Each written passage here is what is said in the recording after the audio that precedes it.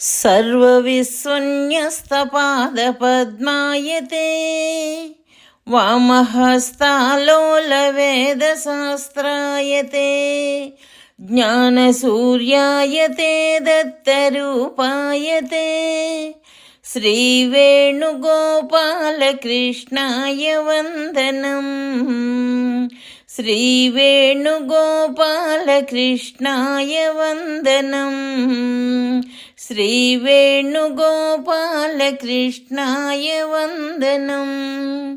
శ్రీ దత్తస్వామి వారి దివ్య సందేశము శ్రీ షిరిడి సాయి విమర్శనా ఖండనము 8వ భాగము. జీవోద్ధరణము కొరకు దైవము సృష్టిలోనికి ప్రవేశించును.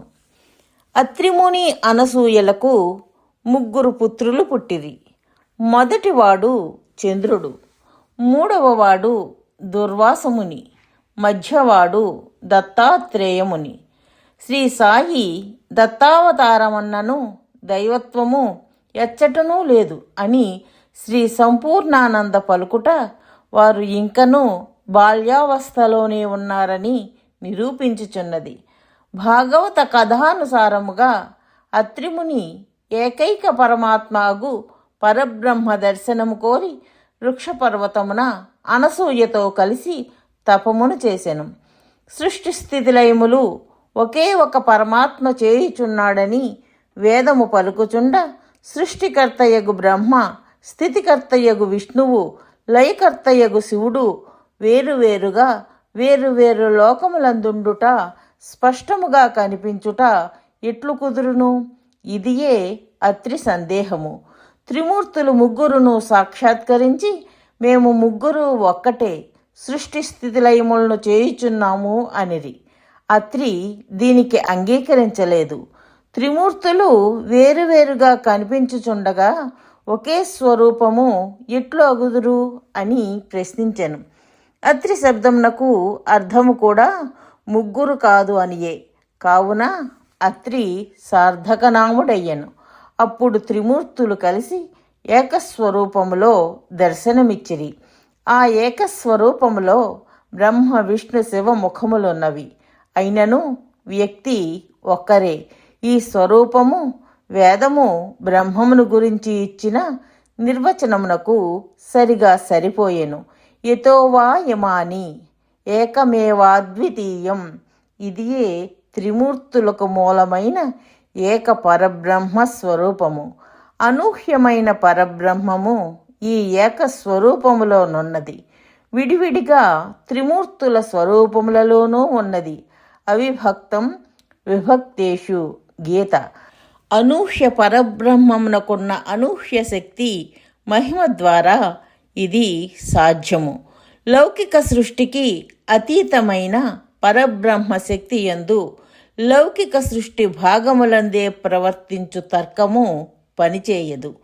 ఈ ఏకైక పరమాత్మ స్వరూపము అనసూయ గర్భమున త్రిమూర్తులుగా మారి చంద్ర, దత్త, దూర్వాసుల రూపములలో 3 పుత్రులుగా గోచరించినది. బ్రహ్మాంశ, విష్ణు అంశ, శివాంశలు 3 యందు వేరువేరుగా నుండుటచే ఒకటియే మూడగుట. ఇది ప్రథముడు, తృతీయుడు తమ బ్రహ్మ శివ అంశాలను దత్తునకు ఇచ్చి వెడలిపోయిరి. అనగా త్రిమూర్తుల ఏకస్వరూపమై దత్తాత్రేయ రూపము ఏకముఖముతో నిలచినది. ఏకముఖమైనను మిగిలిన 2 ముఖముల శక్తులను అందే ఇమిడియున్నవి. దీనిని స్పష్టపరచుటకు ఏకస్వరూపము త్రిముఖములతో గోచరించినది. వేద పండితుడగు అత్రి సంశయము దీనితో పటాపంచలైనది. ఇంత మహత్తర అంతరార్థము కల ఈ కథను కేవలము ఒక ముని వంశ చరిత్రగా మీరు చూచుట మీ కన్నులకే కాక మీ బుద్ధికి పట్టిన చత్వార దోషమును స్పష్టము చేయుచున్నది. ఇట్టి మీరు ఆదిశంకరులను గురించి కూడా అతడొక కేరళ దేశీయుడైన నంబూద్రి బ్రాహ్మణ యువకుడు, వేదశాస్త్రములను బాగుగా అధ్యయనము చేసిన పండితుడు, సంపూర్ణ జీవితానుభవ జ్ఞానము లేనివాడు అనియు చెప్పగల మహానుభావులు. ఆయన యొక్క భాష్యములను, ఆయన యొక్క జీవిత పరమార్థమును అంతరదృష్టితో నిశితముగా పరిశీలించిన కానీ ఆయన సాక్షాత్తు శంకరుల అవతారమని అర్థము చేసుకొనలేరు.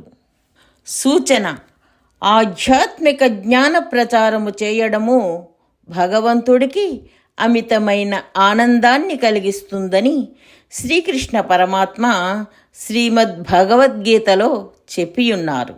అందుకే జ్ఞాన యజ్ఞేన తేనాహం అని గీతలో అన్నారు. మనకు ఆధ్యాత్మిక జ్ఞానము శాశ్వతమైన సంతోషాన్ని కలిగించటమే కాక ప్రపంచంలో శాశ్వతమైన శాంతిని కూడా నెలకొల్పుతుంది.